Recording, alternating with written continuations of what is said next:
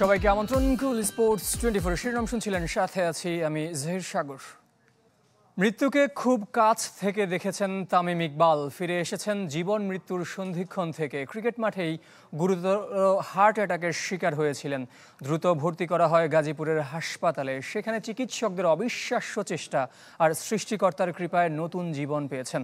এনজিওগ্রামের মাধ্যমে হার্টে পরানো হয় রিং। তবে আগামী 24 ঘন্টা থাকতে হবে তাকে পর্যবেক্ষণে। তারপরই সিদ্ধান্ত ঢাকায় নিয়ে আসার ব্যাপারে। অবস্থার ভয়াবহতা বুঝে উঠতে কিছুটা সময় লেগেছে। হেলিকপ্টার উড়ে এসেছে বিকেএসপির মাঠে, কিন্তু যার জন্য সেই তামিম ইকবালকে নিতে পারেনি। ক্রিকেট মাঠ থেকে সাবেক বাংলাদেশ অধিনায়কের ঠাঁই হয়েছে হাসপাতালের বিছানায়। চিকিৎসা চলছে গাজীপুরের কেপিজে বিশেষায়িত হাসপাতালে। অথচ সুস্থ স্বাভাবিক মানুষের মতো সোমবার সকালে টস করতে নেমেছিলেন।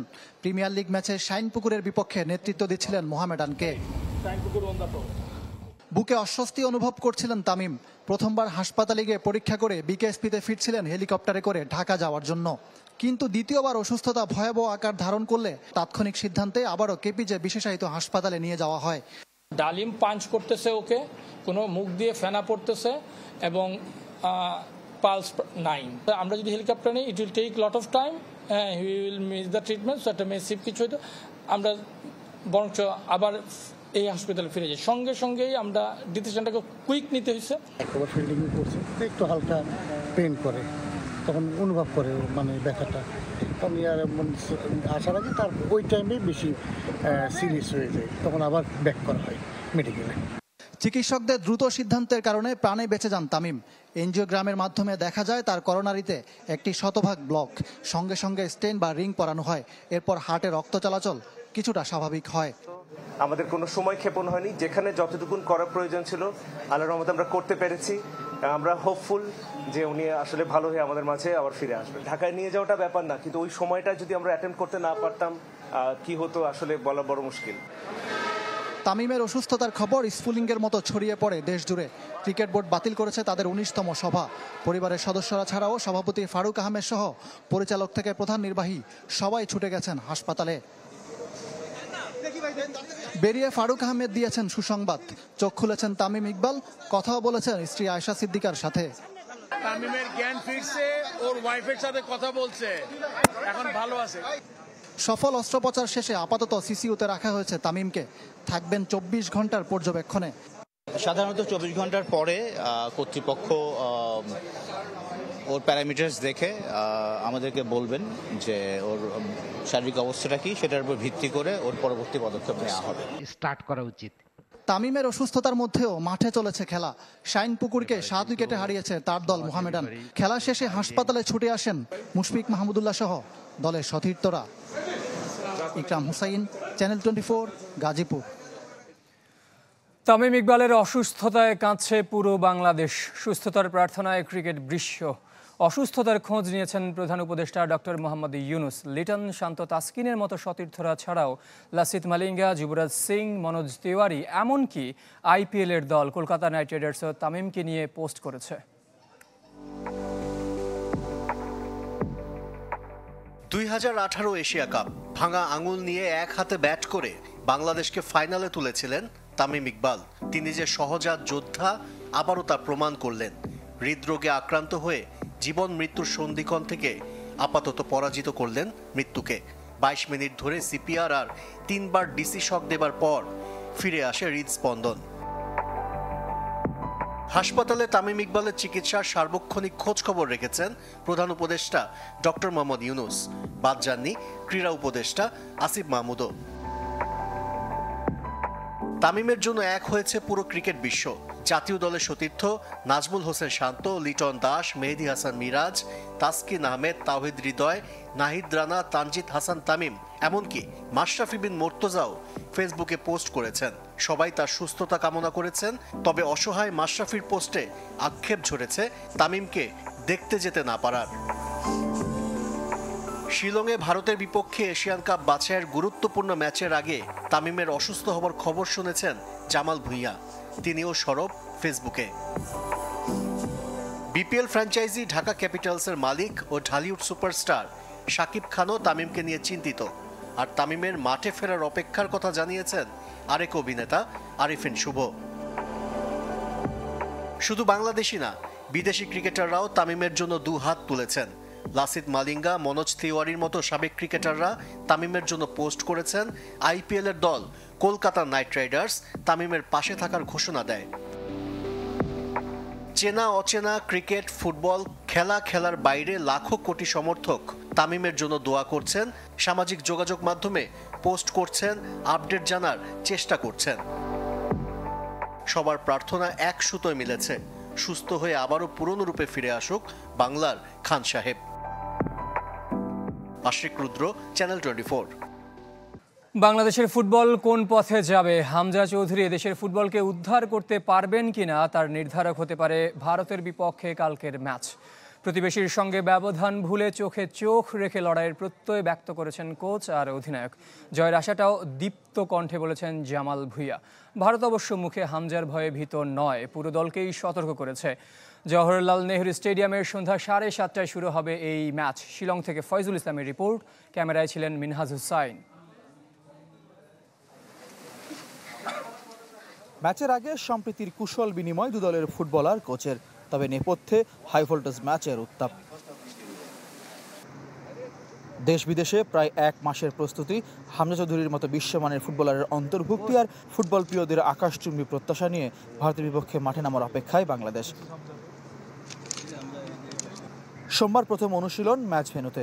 ম্যাচ পূর্ব সংবাদ সম্মেলনে এসব ভুলে হেড কোচ হাভিয়ের কাবরেরা ফুটবলারদের পরিশ্রমের ফল বুঝে নিতে চান। অধিনায়ক জামাল ভুঁইয়া জিততে চান বড় ভাইদের বিপক্ষে।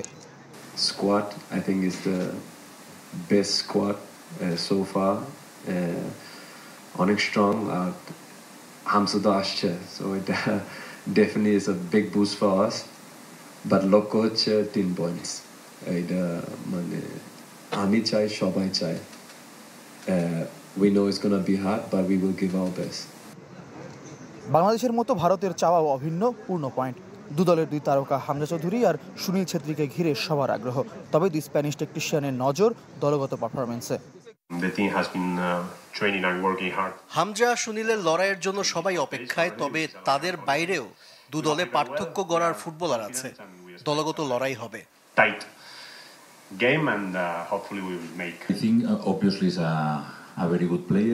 হামজা ভালো খেলোয়াড়, তবে বাংলাদেশে আরো ফুটবলার আছে যারা ম্যাচে পার্থক্য গড়ে দিতে পারেন।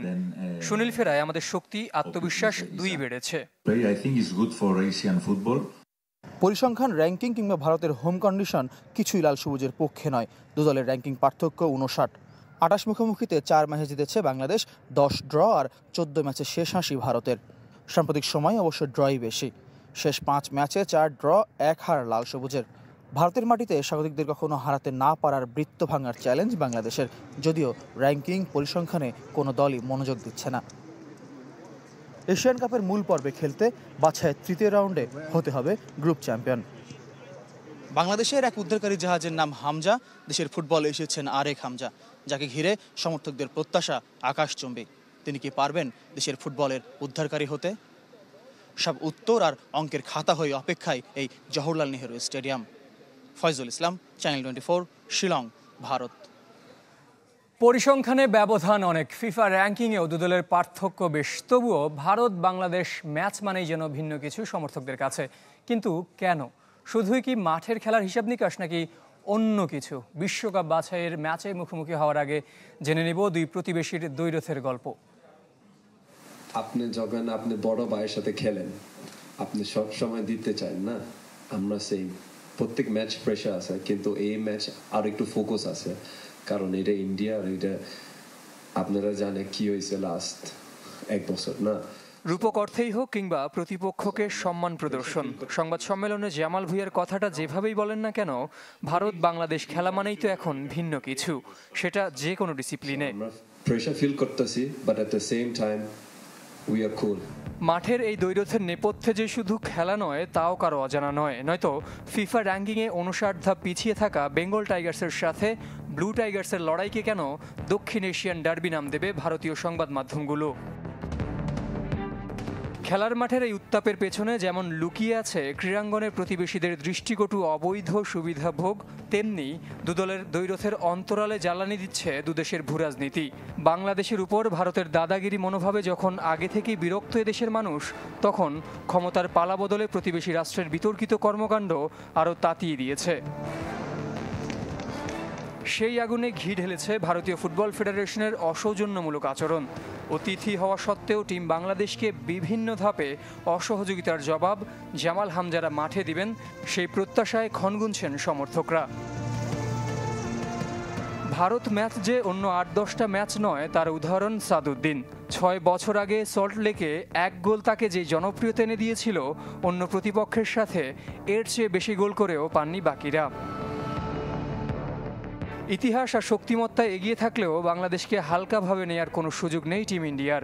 মর্যাদার লড়াইয়ে হারলেই যে মুখ দেখানো দায়, সেজন্য এবার তো রীতিমতো অবসরে যাওয়া সুনীল ছেত্রীকে ফিরিয়ে এনেছে স্বাগতিকরা। জহির সাগর, চ্যানেল 24। জানাবো ঢাকা প্রিমিয়ার লিগের খবর। তামিমের অসুস্থতার ম্যাচে জিতেছে তার দল মোহামেডান। জয়ের ধারা অব্যাহত রেখে শীর্ষস্থান অক্ষুণ্ণ আবাহনীর। প্রাইম ব্যাংক 34 রানে জিতেছে অগ্রণী ব্যাংকের বিপক্ষে। অষ্টম রাউন্ডের প্রথম 3 ম্যাচে 5 সেঞ্চুরি হয়েছে। প্রাইম ব্যাংকের ইরফান শুক্কুর ও সাব্বির হোসেন শতকের দেখা পান। জবাবে অগ্রণী ব্যাংক অধিনায়ক ইমরুল কায়েস সেঞ্চুরি করেও দলকে জেতাতে পারেননি। মিরপুরে টস জিতে ফিল্ডিংয়ে নেমে ধানমন্ডি স্পোর্টস ক্লাবকে মাত্র 201 রানে আটকে রাখে আবাহনী। 8 উইকেট ভাগ করে নিয়েছেন 2 বোলার নাহিদ রানা ও রাকিবুল হাসান। ফজলে মাহমুদের 87 আর জিয়াউর রহমানের 57 রান না হলে রান আরও অনেক কম হতো। জবাবে পারভেজ হোসেন ইমনের দ্বিতীয় সেঞ্চুরিতে 10 ওভার 4 বল আগে জয় পায় আকাশী নীলরা। 8 ম্যাচে 7 জয় নিয়ে শীর্ষে থেকে ঈদের বিরতিতে যাচ্ছে বর্তমান চ্যাম্পিয়নরা। বিকেএসপিতে টস জিতে ব্যাট করতে নামে শাইনপুকুর। অল আউট হয় 223 রানে। সর্বোচ্চ 77 রান রায়হানের।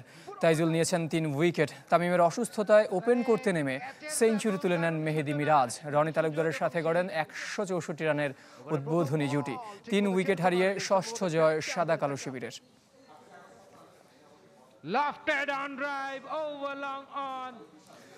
জন্মদিনে আবার দুঃসংবাদ পেয়েছেন সাকিব আল হাসান। এবারে 4,15,00,000 টাকার চেক ডিজনার মামলায় সম্পদ জব্দের আদেশ দিয়েছেন আদালত।